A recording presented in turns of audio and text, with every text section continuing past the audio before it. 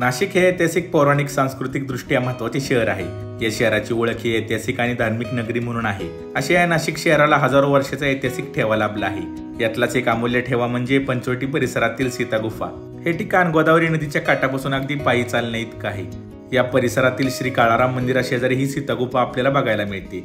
प्रभू श्रीराम 14 वर्षे वनवासात असताना काही काळ ते या पंचवटीतील परिसरात वास्तव्यास होते. या गुहेच्या शेजारी शेकडो वर्ष जुना असा 5 वडांचा समूह आहे. रोज हजारोची संख्येने लोक इथं दर्शन घेण्यासाठी येतात.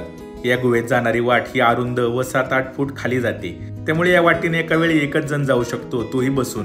खाली एका गुहेत आपलं प्रभू श्री राम, लक्ष्मण, सीता यांच्या मूर्तीचं दर्शन होतं, तर त्याच्या बाजूच्या दुसऱ्या गुहेत भगवान शंकरांचं दर्शन होतं.